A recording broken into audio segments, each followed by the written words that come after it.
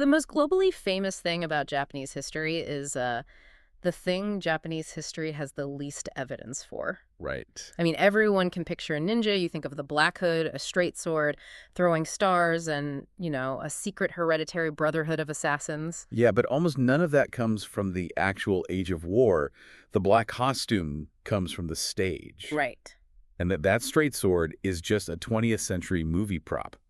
The throwing stars are barely even mentioned in the historical manuals. And the man who did more than anyone to give the English-speaking world its ninja spent the last decade of his career publicly taking it back. You're listening to Ink and Iron. And this deep dive covers deconstructing the myth of the ninja. We'll be exploring what the reliable records actually say about the provinces of Iga and Kōka. Exactly. And we're tracing exactly where the legend was written and by whom. Okay, so before we lay out the evidence, we have two quick pieces of housekeeping for you, the listener, regarding how we are going to navigate this material today. Yeah, first, we are dealing with Japanese historical figures and scholars, and we will be using the Japanese naming convention. Right, which means the family name comes first, followed by the given name. And we're going to follow this strictly today. So you will hear us refer to individuals either by their full name, family name first, or just by their family name. Yeah, you won't hear us using given names alone. And the second piece of housekeeping is what we call a hedging rule. Right, because we are dealing with a topic where the reliable historical record is, well, it's famously thin. Very thin. So we are not going to sit here and pretend that every single question is definitively closed. Instead, we are going to share with you who argues what. Exactly. When a modern historian has a specific interpretation of a very sparse document, we will attribute that argument directly to them. We want you to see the mechanics of the history, the ongoing debate, rather than just handing you a neat, finalized story. I think that approach is completely necessary here. Yeah, absolutely. And to ground us in that debate, let's establish exactly what is sitting on our conceptual table today. Like, what is the stack of sources we are actually looking at to figure this out? Because if we aren't looking at movies, what are we reading? Right, exactly. So our source stack today is a mix of period documents, later codifications, and modern scholarship. Okay. We were drawing from the Tamen in Nikki, which is a continuous monk's diary from the era. We are also looking at a surviving mutual defense compact from the Iga province. And we will be examining the famous 17th century manuals, specifically the Gunpujishu, the Ninpiden, the Bansenshūkai, and the Shōninki. Right. And to interpret all of this, we are relying on modern academic papers from the International Ninja Research Center at Me University. As well as the 2017 retraction book by the British historian Stephen Turnbull. That is a very specific, very rigorous stack. It is. So let's unpack this by starting with something seemingly small, but it actually shapes everything, the word itself. Yes, the terminology. By just saying the word ninja, you're already speaking the language of modern pop culture, not the 16th century. Right, because the word ninja is not a word from the Age of War. It really isn't. No, not at all. I mean, the written characters existed in the period documents, yes. Okay. But reading those specific characters out loud as ninja only became the standard accepted pronunciation in the mid-20th century. Oh, wow. Yeah. So if you were standing in a military encampment in the mid-1500s during the height of the Civil Wars, that is not the vocabulary you would hear being shouted by commanders. Okay, let's unpack this. I always assumed ninja was just the universally agreed upon historical term. Most people do. So if a warlord needed to hire someone for this kind of work, what actual words were they using to describe them? Well, the terminology varies significantly depending on what region of Japan you were in. And understanding those regional terms actually helps us understand what these people did. Okay, give me an example. The most common one, and the one you'll hear us use quite a bit today, is shinobi. Shinobi. In plain English, this translates roughly to one who conceals. Okay, one who conceals. Then you have kanja, which is a very straightforward term that simply means a spy. Very functional. Like no mysticism there at all, just espionage. Right. And if you traveled to the eastern parts of Japan, the regional dialects would change. You might hear the terms rappa and supa. Okay. But perhaps the most evocative term used in the military documents of the era was kusa, which translates directly to grass. Grass. Okay. I need you to explain the context of that one because it paints a very specific, almost grim picture of warfare. It really does. So the term kusa referred to men who lay hidden in the field. Okay. Imagine a military campaign in the 16th century. You embed men in enemy territory, sometimes for weeks or even months. Just waiting. Yes, they aren't striking immediately. They are laying dormant, blending to the local population, or hiding in the literal landscape. Waiting for the exact right tactical moment to act when the main army advances? Exactly. They were the grass waiting for the wind to blow. That completely reorients how you think about this. Right. It's not about someone flying through the air or engaging in flashy martial arts combat. It's about someone waiting in the mud, completely still. Surviving on meager rations, just observing troop movements. It's a very practical, psychological, and grinding form of warfare. It is entirely practical. And that's the core truth we have to establish right away. Shinobi were real, Right. but they were an irregular military function that warlords hired. They were a capability, not an identity. So when you look at the documented functions they performed during the Sengoku period, the age of warring states, it is entirely about military utility and asymmetrical advantage. Absolutely. Let's list those documented functions. What were they actually paid to do? Well, their primary value was intelligence and sabotage.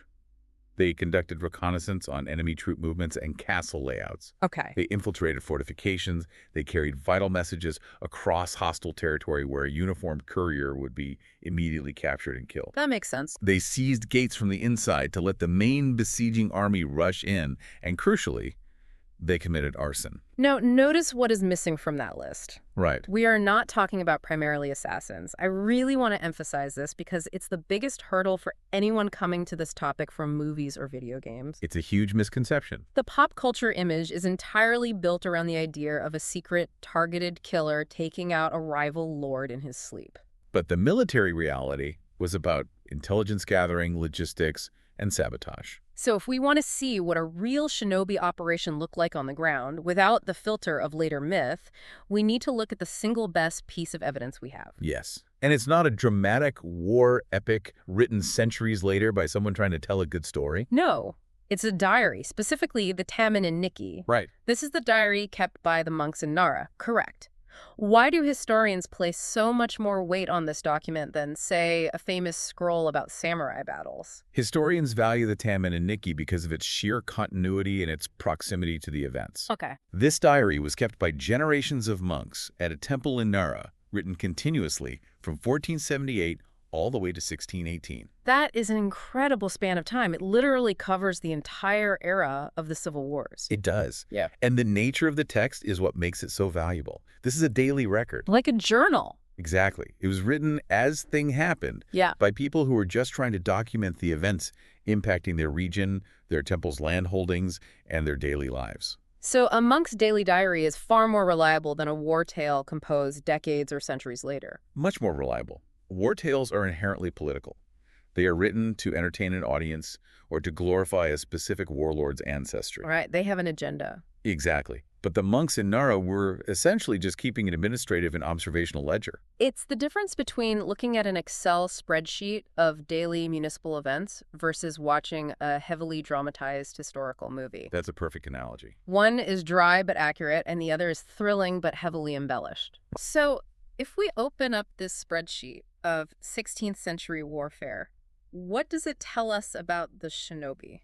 Well, there's a very specific, incredibly important entry in the Tamen and Nikki from the 11th month of the year, 1541. Okay, what does it say?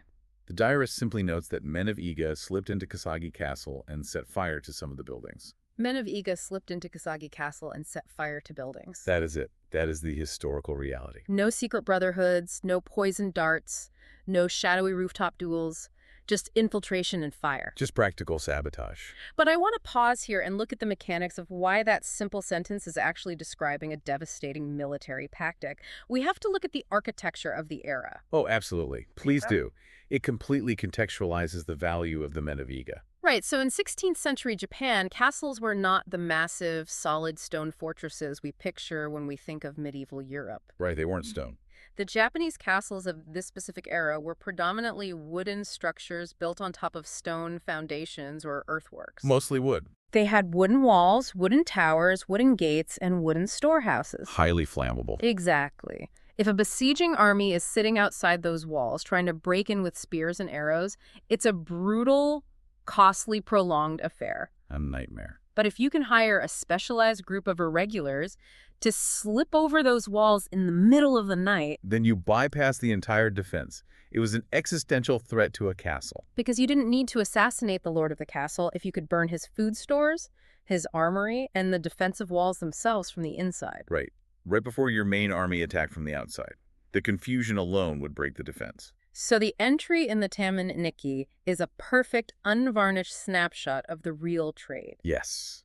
It was dangerous, highly skilled, asymmetrical warfare. It makes complete military sense, but it raises a major question for me. What's that? If they weren't a mystical secret assassin guild operating in the shadows, who were these men from Iga and Kōka? Oh. Like, why are those two specific geographic names always tied to this history?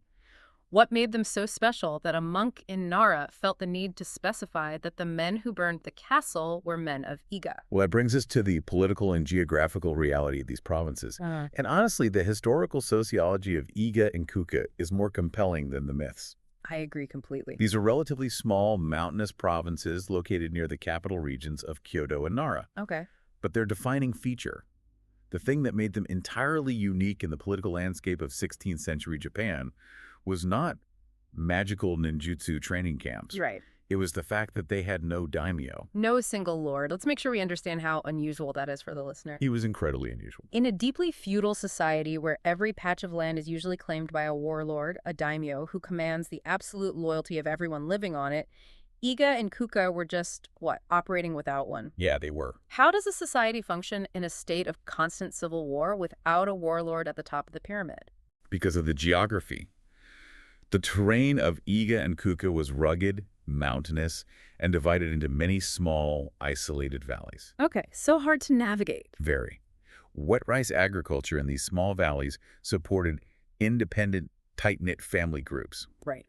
And because of this fractured topography, it was exceptionally difficult for one single ambitious warlord to march an army in and consolidate power over the entire region. So instead of submitting to an outside daimyo or letting one local family violently conquer all their neighbors, the people holding power governed collectively. Exactly. Well, who were the people holding power if not a warlord? They were the Jizamurai. Izamurai. Yes. These were local, land-holding warriors. They belonged to the samurai class, but they were deeply tied to the land they farmed and managed. Okay, so they were working the land too. Yes.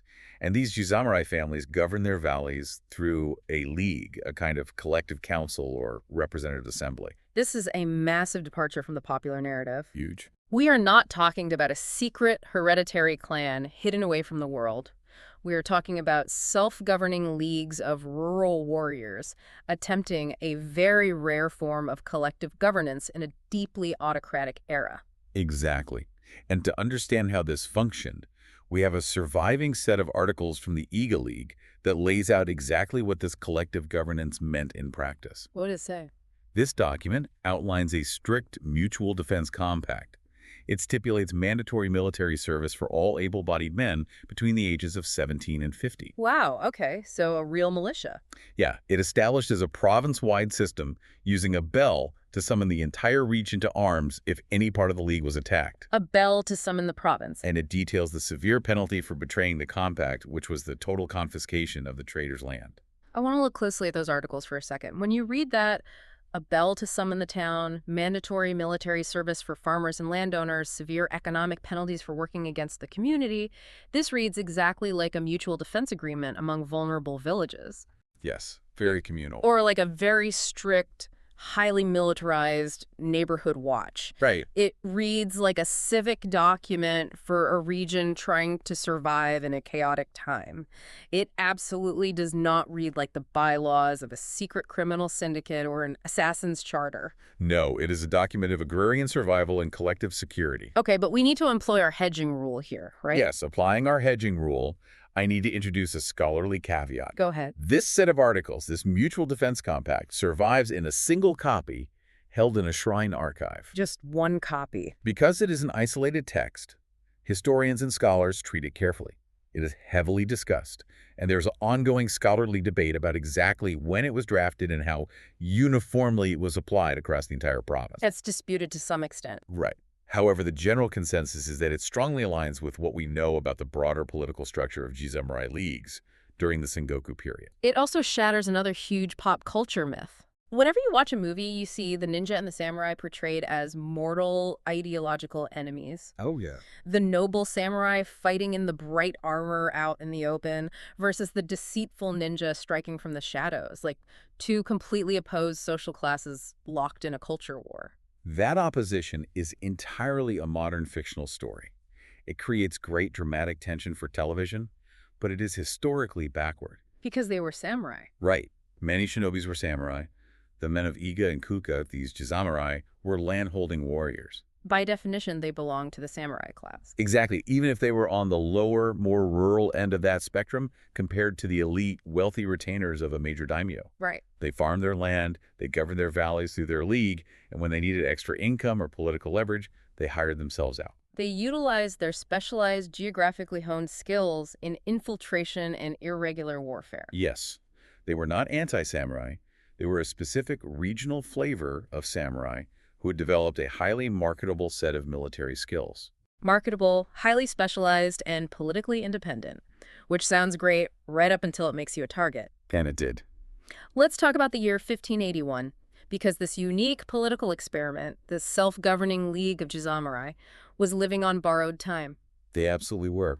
By 1581, Oda Nobunaga was the most powerful warlord in Japan. Okay, Oda Nobunaga. He was in the process of brutally unifying the country through overwhelming military force and economic centralization. He wasn't known for his tolerance. Not at all. Yeah. He was not a man who tolerated exceptions to his rule.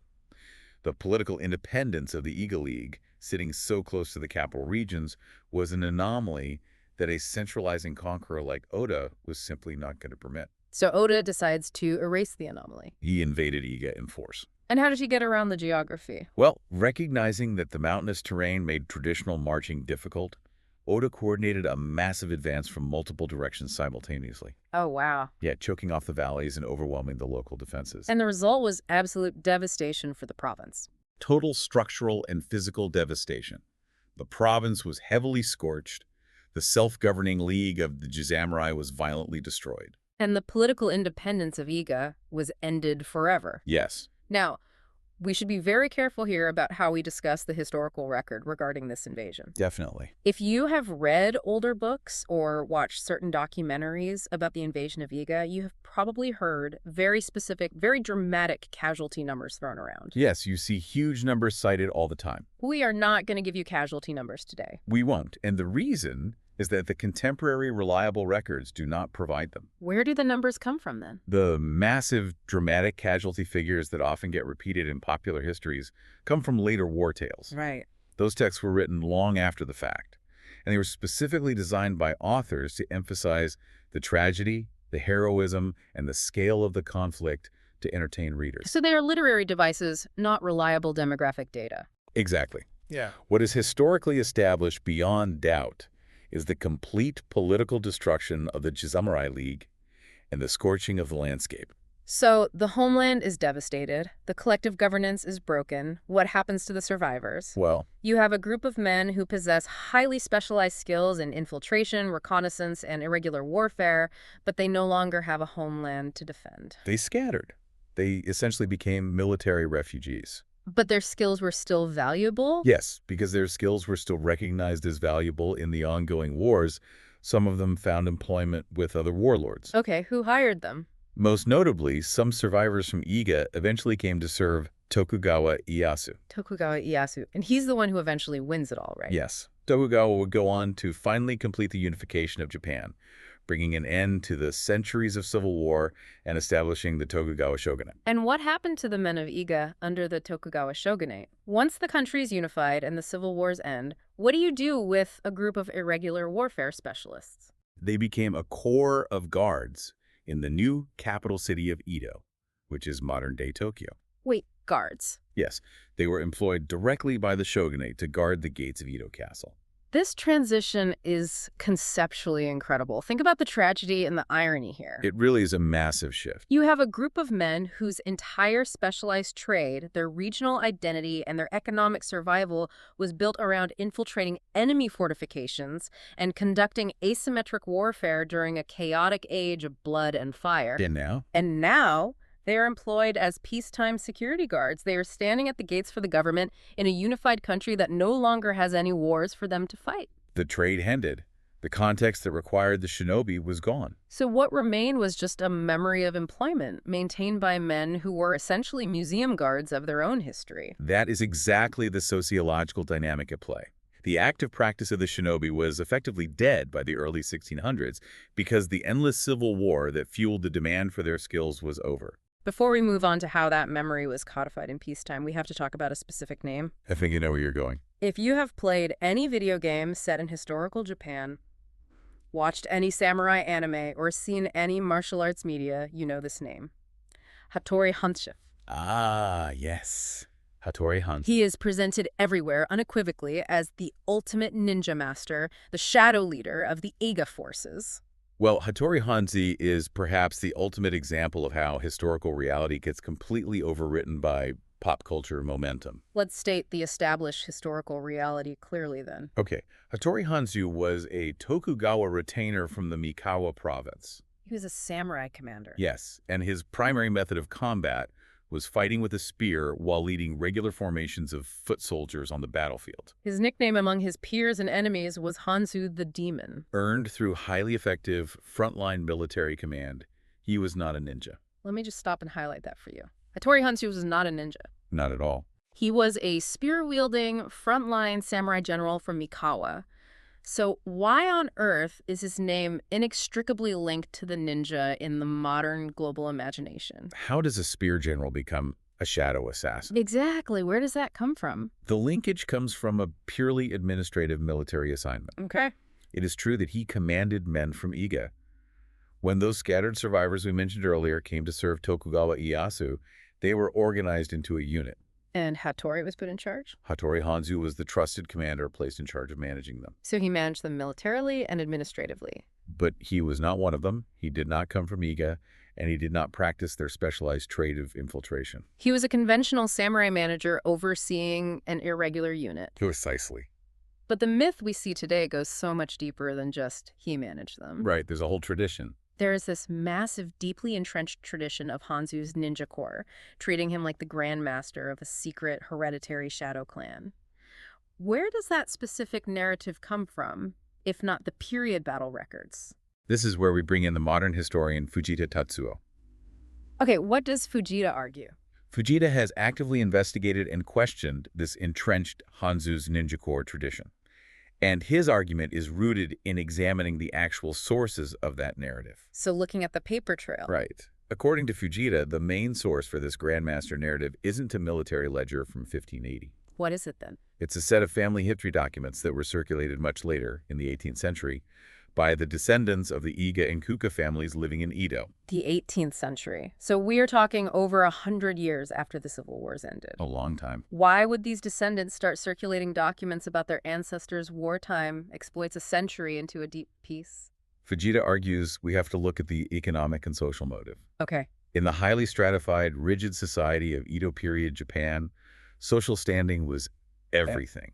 Your status dictated your income, your privileges, and your future. So it was about money and rank. Yes. These descendant families were serving as relatively low-level guards, trying to maintain their status and their stipends in a peaceful society that didn't really need or value their ancestral espionage skills anymore. That makes sense. So circulating documents that tie their ancestors directly to the great famous hero Hattori Hanzō, and exaggerating the shadowy, critical importance of their historical role in Tokugawa Ieyasu's rise to power was a way of raising their own social standing. Wow, it's essentially aggressive networking and historical resume padding stretched across generations to secure a government paycheck. That is the thrust of the argument. Fujita's argument, and remember, applying our hedging rule, this is his specific analysis of the documents, not a universally settled fact, Right. is that these 18th century family histories might be closer to political propaganda than an objective historical record.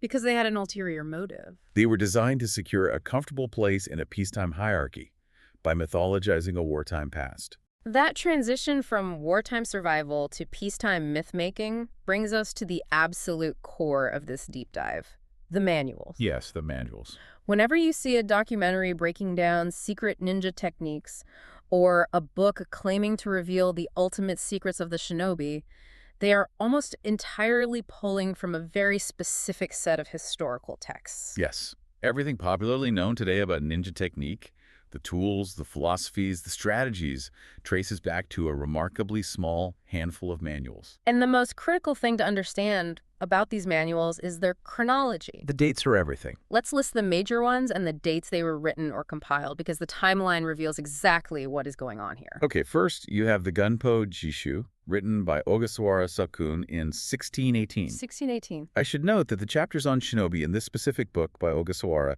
were actually the only such material printed and widely circulated to the public during the Edo period. Okay, good to know. What's next? Then you have the Ninpiden, written in 1655. 1655. Next is the most famous and comprehensive one, the Bansenshūkai, compiled by Fujibayashi Yasutake of Iga in 1676. Fujibayashi Yasutake in 1676. And finally, the Shōninki, written by Hattori Masazumi in 1681. Hattori Masazumi in 1681. Okay, let's do the arithmetic here for a second, because it is the most revealing math in this entire topic. Right. The Great Age of Warfare, the Sengoku period, where the monks were recording men actually setting fires to Kasagi Castle in the Tamon and Nikki, ended around the year 1600. With the unification of Japan, yes. That is correct. So the Gunpo Jishu is 1618, the Ninpiden is 1655. The Bansenshūkai, the grand encyclopedia that everyone quotes, is 1676. And the Shōninki in 1681. These manuals were written in peacetime, generations after the wars they are describing.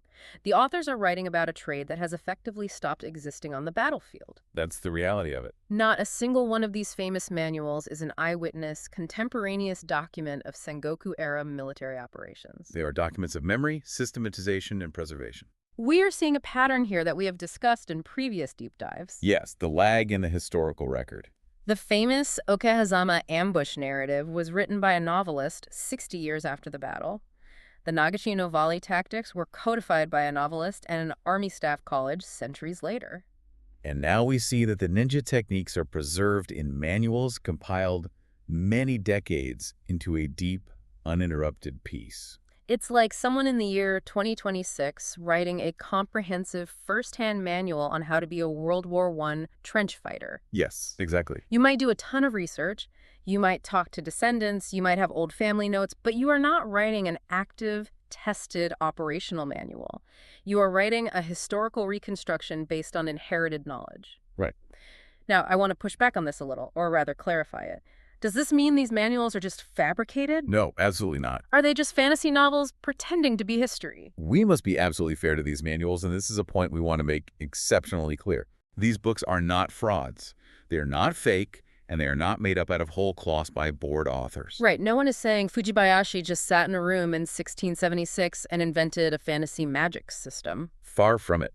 Modern researchers, including those at Mie University, have spent a lot of time analyzing, reconstructing, and physically testing the material found in these manuals. Testing it how? Well, they have tested the chemical compositions detailed for incendiary devices. They've analyzed the pharmaceutical recipes for field medicines and rations. Wow, okay.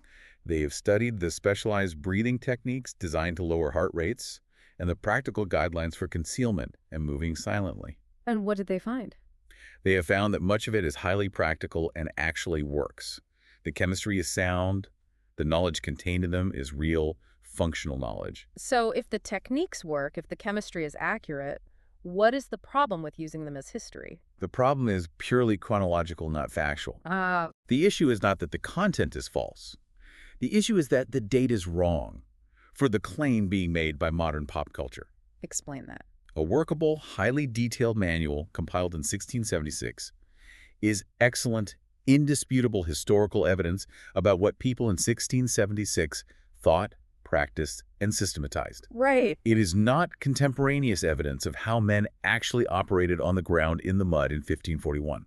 It cannot be used as a primary source for Sengoku-era warfare. It's the difference between lived, chaotic reality and polished, systematized theory. Exactly. But that brings up a huge question for me. If the wars are over and the men of Iga are working as gate guards in Edo, Why are people like Fujibayashi and Hattori spending immense amounts of time and resources compiling these massive philosophical treatises on the art of the shinobi? It seems counterintuitive. Right. What is the point of writing a manual for a job that doesn't exist? That is where the historian Yamada Yuji introduces a very compelling argument. Okay, what does Yamada argue? In a large 2023 academic volume on ninja studies, Yamada and other scholars analyzed the content of these manuals deeply. Right. They noted that texts like the Bansenshūkai draw heavily on classical Chinese military texts, and they absorb earlier printed military material. You're very scholarly. But what is truly striking is what lies underneath all that high-minded, theoretical military philosophy. Which is? Yamada argues that beneath the arts and the philosophy, there's a distinct substratum of what is essentially practical burglary and housebreaking know-how, which has been elevated and codified into a formal system. Wait, hold on. You're telling me these massive, revered philosophical texts that, quote, ancient scholars are just glorified instruction manuals for housebreaking? Yes, essentially. Isn't that a massive leap for a historian to make? It sounds reductive at first, but let's look at the mechanics of what the manuals actually teach. Okay. They detail how to pick locks, how to break through plaster walls quietly, how to pry open sliding doors, and how to step on floorboards without making them creak. Those are burglar skills. These are the mechanical, unglamorous skills of a thief or a housebreaker. Now, put that in the social context of the 17th century. The peacetime era. The war's end. You have a whole class of lower-ranking guards, descendants of fighters who have a body of highly practical but slightly disreputable skills, sneaking into places, starting fires, breaking locks. Right. How do you maintain the value of that knowledge and, by extension, the value of your family's employment in a strict, peaceful, status-obsessed society? Oh, I see. You rebrand. You systematize the breaking and entering, you give it moral seriousness, and you offer it up to your employers as a legitimate, highly disciplined school of martial learning. That is exactly the argument. You wrap the burglary in philosophy. It's brilliant marketing. It is. This is why a manual like the Bansenshūkai quotes the ancient Chinese strategist Sun Tzu extensively. To give it weight. Yes. It spends entire chapters arguing for the deep, unwavering moral character required to be a shinobi. It frames the shinobi not as a mercenary saboteur or a skilled thief, but as a righteous, philosophically grounded agent of their lord's will. I see. If you just teach someone how to pry open a window, you're teaching them to be a criminal. Right. But if you quote Sun Tzu to explain the spiritual necessity of prying open a window for the defense of the realm, you are a martial arts grandmaster. It gives the trade respectability. It is the gesture of a profession trying to sell itself, trying to justify its own existence and preserve its dignity and its stipends in a peacetime economy. Again, applying our hedging rule, this is Yamada's argument regarding the motive, not a proven historical absolute. Correct. But it perfectly fits the sociological pattern of the entire Edo period, where every martial art from swordsmanship to archery was transforming from brutal battlefield survival into a highly codified philosophical discipline. Okay, so the peacetime manuals give us the philosophy, the codified techniques, and the moral rebranding of the era. But what about the look? Ah, the costume. Where does the visual identity come from? Because when I say ninja, the first thing you picture isn't a guy quoting Sun Tzu while picking a lock in normal clothes. No, you picture the suit. You picture a guy in a head-to-toe black suit. So what does this all mean for the black suit? Where does the costume come from?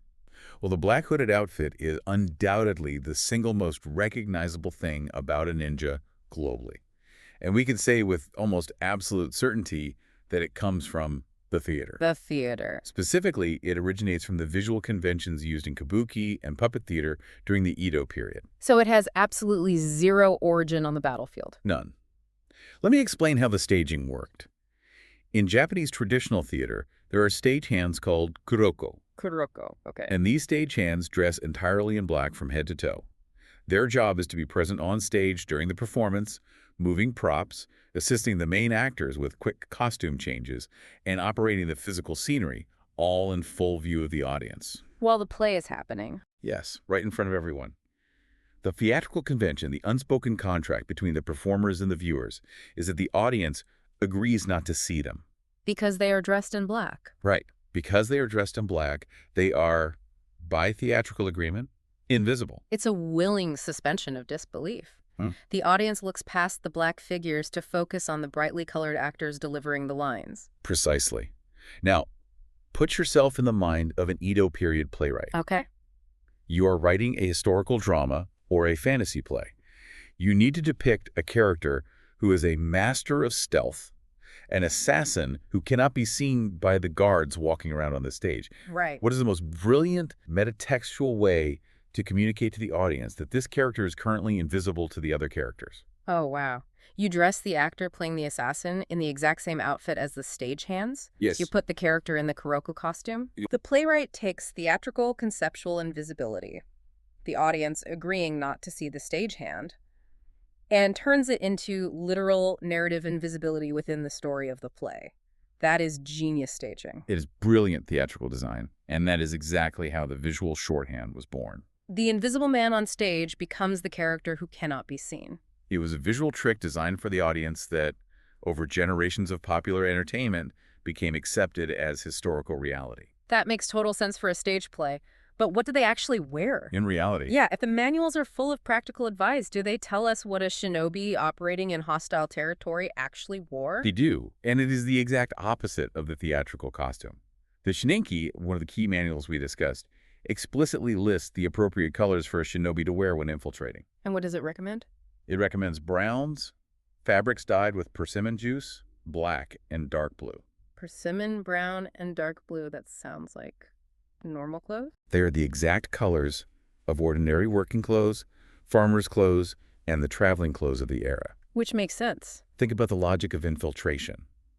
A shinobi operating in enemy territory did not wear a specialized, highly recognizable black uniform. Right, a uniform gets you noticed, and getting noticed gets you killed. The entire point of infiltration was to wear clothes that let a man look like nobody in particular.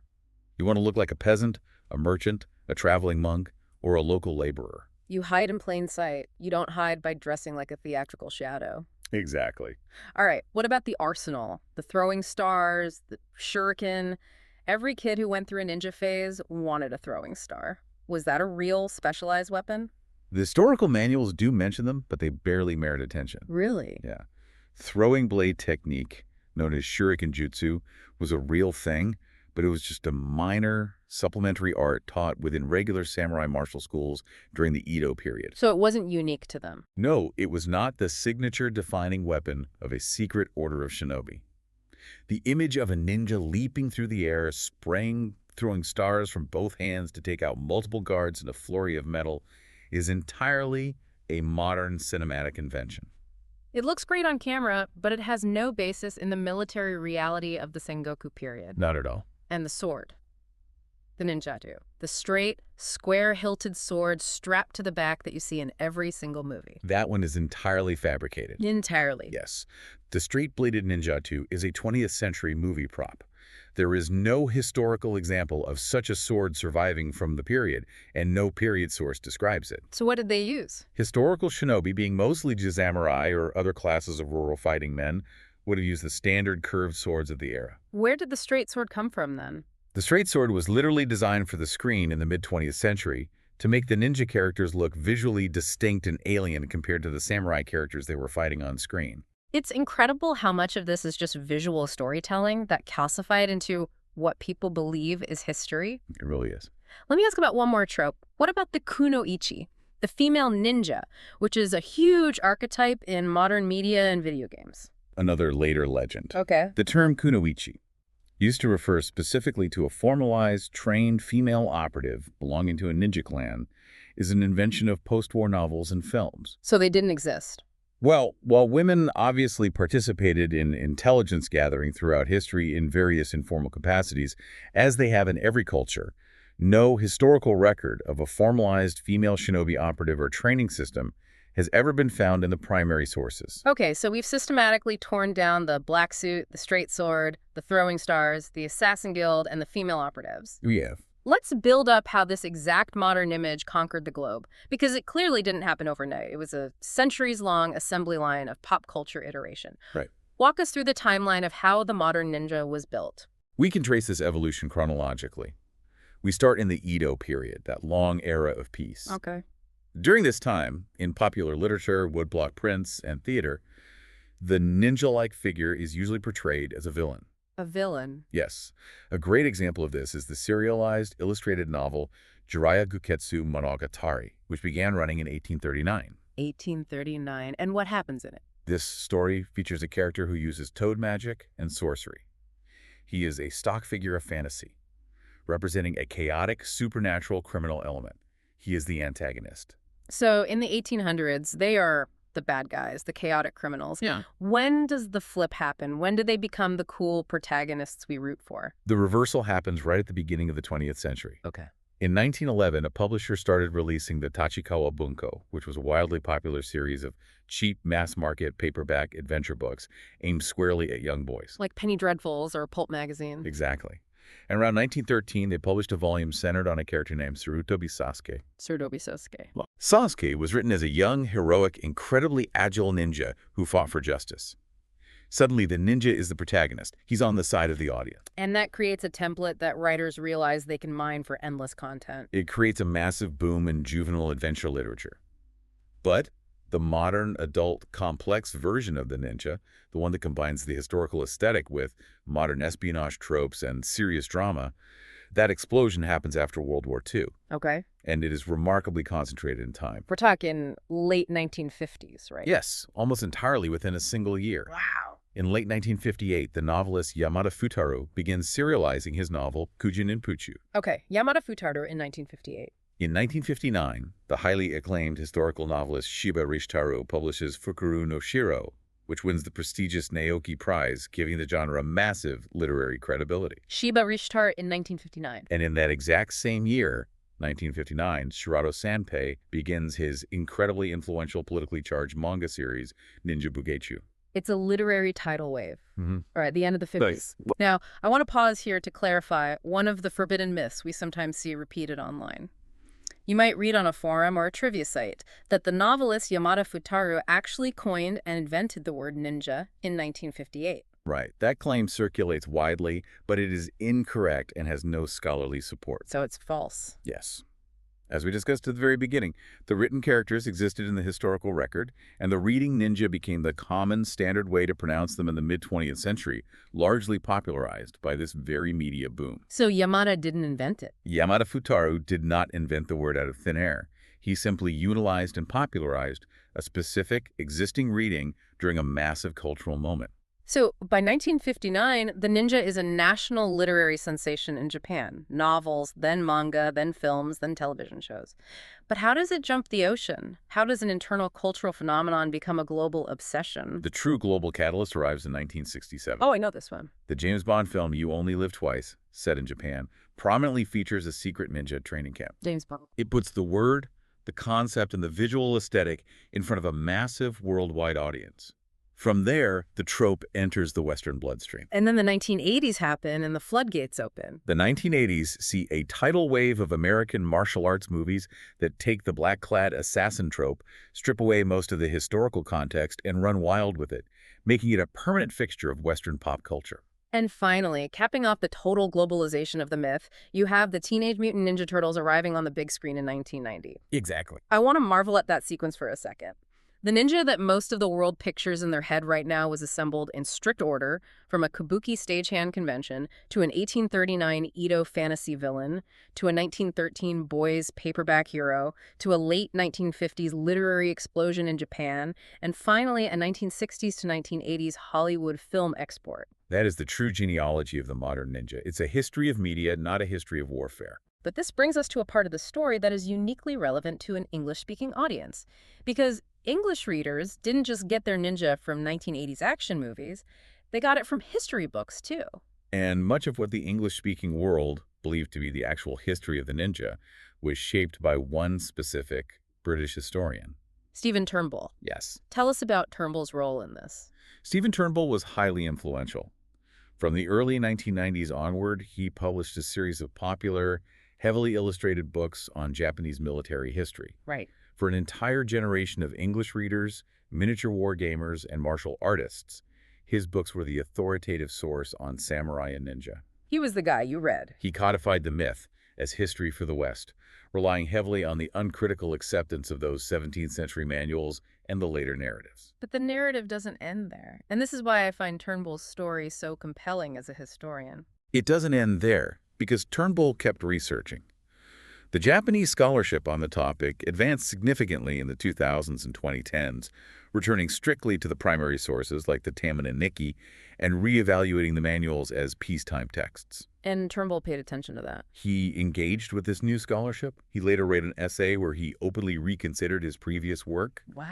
He described having written on the subject of the ninja too enthusiastically and with too little reflection earlier in his career. And he didn't just write a brief apology in an academic journal. He wrote a whole new book to correct the record. Yes. In 2017, he published Ninja, Unmasking the Myth. A whole book. It is a book entirely dedicated to re-examining the subject from the ground up, relying strictly on period evidence and explicitly unpicking his own part in building the English language myth. I have so much respect for that. The author of the English language and ninja myth went back into the archives and audited himself. He publicly dismantled the house he helped build. It's a rare and incredibly honest thing for a historian to do. To me, that proves that history is an active process.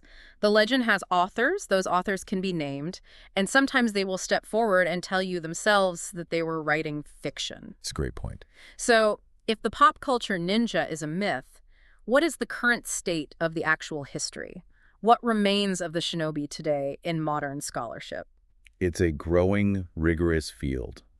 Ninja studies is now recognized as a real academic discipline in Japan. Where is it happening? In 2017, Mi University established an International Ninja Research Center, and they placed it right in the city of Iga. Right, in Iga. There is now an academic society dedicated to the topic and a peer-reviewed journal. And what are these modern scholars focusing on? They are dividing the labor. Historians like Yamada Yuji, whom we mentioned earlier regarding the burglary hypothesis, argue that the shinobi are best understood as professional intelligence operatives and specialists in irregular warfare. He argues that the only way forward is to painstakingly read the regional documents of each area, the dry administrative records and diaries, and completely exclude guesswork and later manuals from the analysis of Sengoku-era realities. And what about the other side of it? On the literary side, scholars like Yoshimaru Katsuya trace the construction of the fictional ninja, mapping out how the techniques and the black costume developed as a history of images rather than military operations. Now, we do need to provide one honest note of caution here about the current state of the field.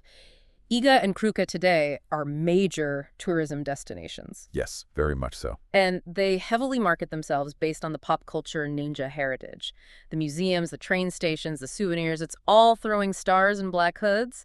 And the Mi University Research Center sits right there in Iga. It's a vital point to raise. Scholarship and local place branding are running on the exact same ground. Yeah. The local economy benefits immensely from the myth, while the historians at the university are attempting to uncover the much less glamorous reality. It's a tricky balance. This dynamic does not discredit the rigorous historical research being done at Mi University. But as a listener, you deserve to know the economic and cultural context in which that research is taking place. The tension between the tourist brochure and the academic journal is very real. So we strip away the Hollywood movies, we strip away the 1960s novels, the 1913 paperbacks, the Edo period stagehands, and the 17th century manuals written by men trying to justify their peacetime stipends. What actually survives? What is the bedrock? What survives is not a secret order of assassins. Yeah. What survives is a monk's diary entry about a fire at Kasagi Castle, a set of articles detailing a village defense compact, and a warning bell. The historical memory of a rural province devastated by a warlord. A corps of unemployed specialists serving as gate guards in Edo. And layered over all of that, a massive, globally successful amount of incredibly compelling storytelling. The takeaway for you is this. The ninja is the most famous thing in Japanese history and the least documented. A legend assembled in peacetime manuals, on the kabuki stage, in cheap adventure books, post-war novels, and Hollywood. That is the history. But consider this before you go. Why are we so eager to believe in secret, unstoppable super soldiers? Whether it's the myth of the ninja or the way modern cultures mythologize their own special forces and intelligence agencies, there seems to be a universal human need to invent shadowy figures who can bypass the messy, grinding reality of conventional war. The myth of the ninja might just be the 16th century version of a very modern psychological comfort. We hope you'll subscribe to Ink and Iron for more deep dives where we go back to what the sources actually say.